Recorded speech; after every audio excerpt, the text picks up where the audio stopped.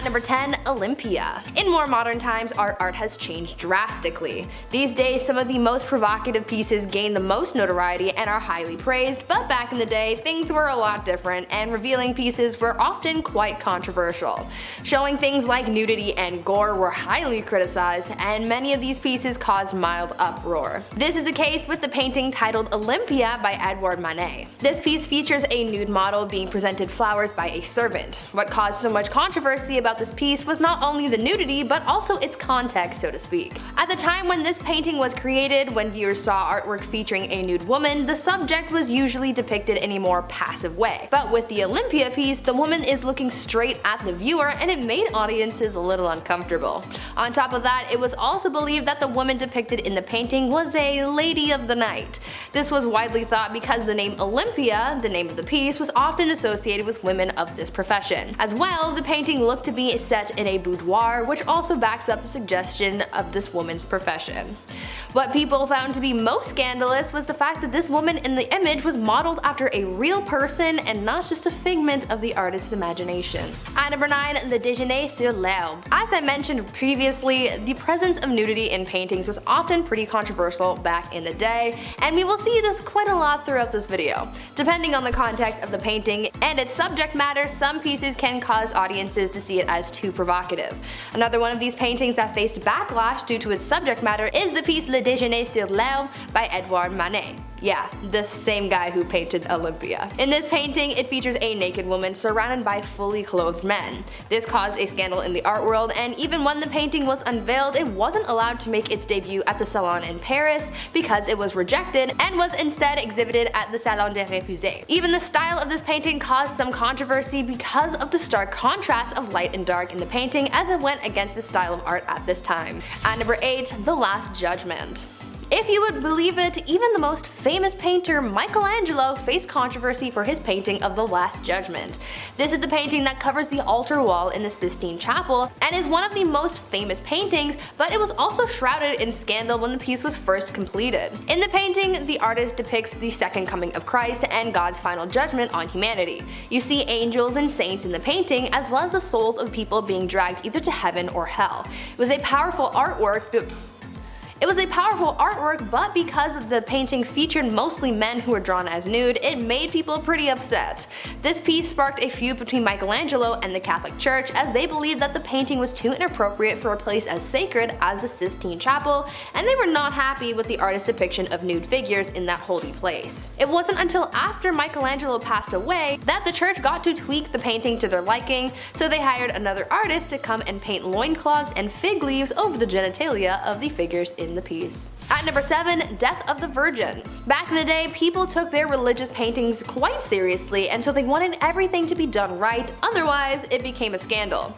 Well, scandal occurred with Caravaggio's painting, Death of a Virgin. This painting featured a depiction of the Virgin Mary with a very thin halo in a somber setting. This piece was commissioned from Caravaggio for a chapel in the Church of Santa Maria della Scala in Rome. And this artist was specifically chosen because he was known for how his paintings realistically depict human emotion. This painting did end up capturing the realism that the church was looking for, but they were still let down and got pretty upset about the final piece because it was very different than other religious pieces at the time. Usually when a saint was depicted in a painting, it would feature a choir of angels to give a sense of divinity to the piece, but Caravaggio didn't include this and stepped away from that style of painting.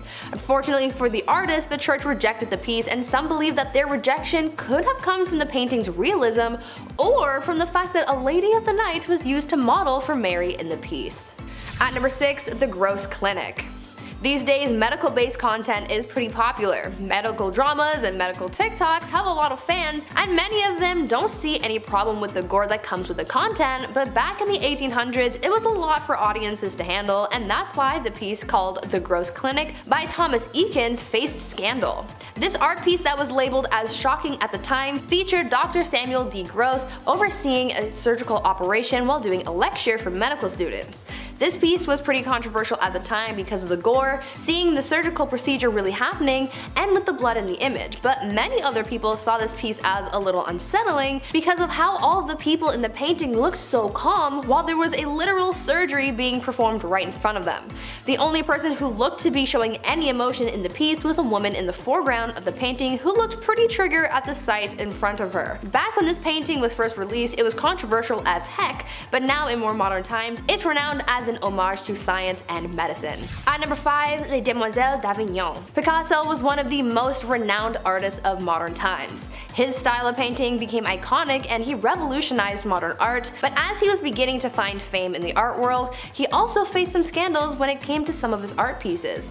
One piece that caused some uproar from audiences was the painting titled Les Demoiselles d'Avignon. This piece featured 5 nude women in a brothel and was done in his signature cubist style. This piece not only shocked audiences but other artists as well because of how unusual and mildly unsettling it looked. Some of the women depicted in the painting had regular faces, but 2 of them were painted to look as if they were wearing African masks. On top of that, it looked like the women were staring at the viewer, which just made audiences more freaked out by this piece. It was seen as too progressive in the art world for quite some time, but as the years went on, people came to appreciate its unusual style and nature. At number 4, Myra. This next painting I'm about to tell you about is pretty creepy, and it caused a scandal in the art world because of its context and the way it was created. This 1995 painting called Myra, created by Marcus Harvey, was based on the mugshot of serial killer Myra Hindley. Myra was a serial killer in the 60s who took the lives of a handful of children between the ages of 13 and 17. When Myra's original mugshot started gaining notoriety as it was circled around the world, the artist attempted to create a piece to show the quote, influence of photography over years of obsessive media replication,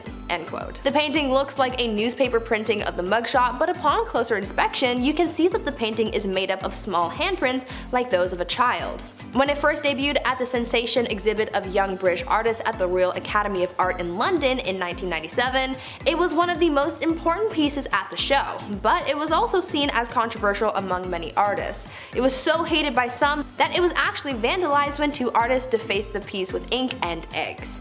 It was seen as controversial to the public because some believed that the painting was insensitive to the pain that the families of Myra's victims were dealing with. At number 3, Guernica. Back to Picasso, we have another one of his scandalous paintings. This next piece, titled Guernica, was considered one of Picasso's best works, but it was also one of his most controversial. This painting featured a lot of pain and suffering, specifically of animals and humans. It was pretty graphic, even with his signature cubic style. Picasso painted this piece in reaction to the bombing of Spain by the Germans in World War II. At the time, this piece was turning into war propaganda to oppose fascism, and the painting became a tie between politics and war. During the war, Spain was allied with the Germans, so this painting was controversial because it went against the government's position in the war, since it was condemning the bombing and loss of Spanish lives. After the war was over, however, the controversy surrounding the painting died down as it was no longer relevant. At number 2, the Holy Virgin Mary. This next piece of artwork is probably one of the strangest looking pieces on this list, but the controversy surrounding this painting was pretty juicy. The Holy Virgin Mary piece by Chris O'Feely debuted at the Sensations exhibit of young British artists at the Royal Academy of Art in 1996. It featured a black Virgin Mary in a blue cloak surrounded by images of female genitalia cut out from adult magazines and featured a bare breast made out of elephant dung. Yeah. The whole point of this piece was to highlight the stereotyping and sexualization of black women. Though it was a powerful piece, it was also subject to a lot of criticisms. Religious groups took great offense to the content of this piece and the sexual themes surrounding the Virgin Mary. On top of that, New York City Mayor Rudy Giuliani said that the artwork was quote, sick and anti-Catholic, and threatened to pull funding from the museum if the painting was not immediately removed. Even protesters tried to ruin the painting with white paint and horse manure. And finally, at number 1, The Origin of the World. Now here's the spiciest painting of them all. Probably won't be able to show a photo of this one unless it is heavily censored, but I'm sure if you really want to see it, you can Google it. The painting titled The Origin of the World by Gustave Courbet has been shocking viewers for over 150 years. This painting features a naked woman with her lady bits front and center. It was peak realism painting, and it was actually never supposed to be public. The Origin of the World was originally a commission by a private buyer, but somehow the public got a look at the piece and it it caused a scandal for just how racy it was. If you've seen the image, then you would know what I'm talking about. The painting marked peak realism and also served as almost an anatomical study. Let's just say that it was very detailed. No one was expecting that one. Number 10. The blank canvas. On your way to greatness, others will attempt to take you down. In competition, envy, or spite. That's how it works. However, some will go as far as to mimic you. Now sure, imitation is the best form of flattery, as they say, but what if that imitation far outreaches the lengths of your own efforts? Ooh, better call Saul. Robert Rosenberg was a painter who was gifted a painting from de Kooning, who was already a rising star in the art world. I finally got that sentence off, sorry about that. However, he got the bright idea to erase the painting and then use that blank canvas as his own work. Surely a blank canvas couldn't be so prolific and attract so many, right? Well, it did, and it's blank. Like, that's it, it's just blank, and his painting became more famous, so I don't know. I'm not gonna pretend I understand art because one dude did a can of soup and it was Warhol, wasn't it? Andy Warhol did a can of soup and it was really big, so. Number 9, the Garden of Earthly Delights. Hieronymus Bosch Triptych Trippy Where's Waldo painting. Boy, that was a tongue twister. Okay, that was a lot of words, but what you need to know is that the painting is that of the late 1400s creation, a la the Renaissance, and it's triptych, meaning it's divided into 3 sections. I'm pretty sure I've done a few of these in art class. They weren't very good though. The painting depicts people of all sorts wearing different degrees of clothing from nothing to barely anything at all, frolicking about in grasslands and waters with other mythical imagery and playfulness of the such. Little is known about the original interpretation, but I guess that's what makes art art, if you couldn't already tell. Chetty's more of a fart guy than an art guy. Oh, there's another one there. Number 8, the Crying Boy. So basically, there's this very popular print of a painting. It's a boy crying. Now, there's different versions of it, but originally done by Bruno Amarillo. Bruno doesn't get much praise because his painting, well, it had some serious creep factor going on, and it's everywhere. Because the fact that it is a crying young man who's peering into the very depths of your soul might have something to do with that creepiness too.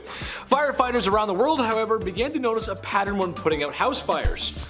They noticed no smoke alarms, leaving the stove unattended, and this painting was quite common in households, except the painting was never damaged in these fires. The whole house could burn down, but the painting remained. And after putting out a few houses and the same painting keeps showing up and keeps surviving fires, same painting, different fires, same crying boy, well, I don't really need to tell you how messed up that is. Really creepy. However, as it turns out, there's a simple explanation. The print actually had a flame retardant chemical in its production, thus protecting it. Maybe just don't bring it around though, just in case. It could actually be starting the fire. Just don't bring the baby around, just in case. Number 7, Persistence of Memory. This is a painting I have seen many times in movies, TV, and well, it just gets thrown around a lot. For those at home, this is the very famous Salvador Dali painting with the melting clocks. I'm pretty sure it's even in an episode of SpongeBob. I'm pretty sure it's the first time I saw it was in SpongeBob. Usually the painting is used to show an ulterior world where time is nothing, or the deterioration of self in the real world with time moving at a different pace. For me, it reminds me of lost time or the anxiety of watching time slip away. For me, that's personified in Majora's Mask. I gotta be back at the motel before the big scary moon falls so I can get a mask and then play the song of time again and pretend everything's normal and okay. Number 6, The Scream. Edvard Munch's Scream may be the most recognizable art piece next to the Mona Lisa, and it's very unusual and horrifying. At least for me. Using a mix of warm and cool colors, you'd think it would make you feel warm and cozy. And yes, I remember some of my grade 2 art basics like warm and cool colors. However, the first thing that's gonna catch your eye is the screaming man with hands grasping his face in the foreground. Something like this. Who honestly, if you look at long enough, at least to me, it looks like more of like a little gray man found at the Roswell incident than anything else.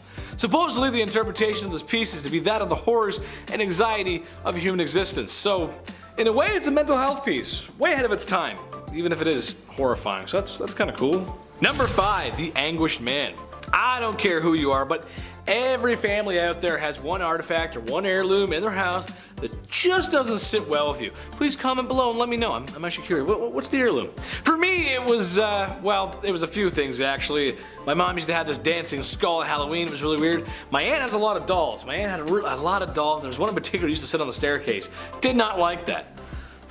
Well, that's probably where the Anguish Man came from. Same place the creepy dolls do. It all makes sense. There's a spooky realm, I'm sure of it. The Anguish Man is a painting of a man in anguish or in some sort of distress. Or a lot. And I'm not just saying this to be funny, but the painting is 100% bona fide scary. What's more unusual than that is that no one is sure of its origin or creator, just to add to the mystery and horror. The current owner of the painting says he got it from his grandmother, and the knowledge train stops there, folks. And it can stop there. I'm good. Don't need to know anymore after that. We're good. Number 4. The Judgment of Cambius. This is a very lovely oil painting with a surprisingly good color depicting one of the worst things that we could do to another human being. I'll give you a second to guess what it is. Go ahead, take a guess. No, it's not sit through all 8 seasons of the 10 Commandments. Now that's a joke about a Charlton Heston movie and how long it is. Can't sit through that movie anymore, man. God, it's so old. Well, speaking of classics, flaying, which is what you do when you skin another human being. Alive. Of course, why not? This painting happens to be a depiction of a Persian judge getting flayed, where later, not depicted in this art, his skin was used to make a very fine chair to sit in that his son was forced to sit in for his father's sins. Whew, man, that's a lot. That's heavy. That's heavy, man. Number 3, the Face of War. Here's another totally not nightmare-inducing painting from Salvador Dali. The guy had some weird paintings. This time of the horrors of war. The face of war is the face of a person with other screaming faces in the eyes and in the mouth. Besides the horrific screaming, the main face has a rather sour disposition. The painting was intended to be anti-war, which was very important for the time as it was painted in 1940 when Europe was at war. However, it could also be a reminder to those that survived the previous war, World War I. It was awful for most, but even after it was long over, no one really got the help they needed for shell shock, or in today's terms, PTSD. At least we got this painting though, right? That shows how bad it is. We'll never do that again, right? We're probably gonna do it again. Number 2, the nightmare. Sometimes at night you have bad dreams. I used to get a lot as a kid. Sometimes you're a toga wearing lady who's out cold on her couch, and on top of her is a spooky denizen of the night who's staring at the viewer. Ooh, no thanks. Painted by Swiss artist Henry Fussell, it perhaps could be a manifestation of a woman he had fallen in love with, and maybe it was forbidden love. At least that's how the story goes, or so I'm told. I'm not too sure, but that little demon could be a problem, so we better lock it up in a safe place. That's why the painting right now is located in Detroit, of all places. It's in Detroit. It's a great place for it, why not? Shout out to Detroit, how you doing? Number 1, Dream of the Fisherman's Wife. The editors are gonna have to blur some of this out, but this is from the early 1800s in Japan, which was a very confusing and life-changing time for many in Japan. Why is that? Well, that's because erotic books had collections of images like this one in it, which in a nutshell depicts an octopus and a lady on a date. Except the date is already past the schnapps and the clam eating, and now the octopus and the lady are lovemaking. It's really weird because that was a long time ago.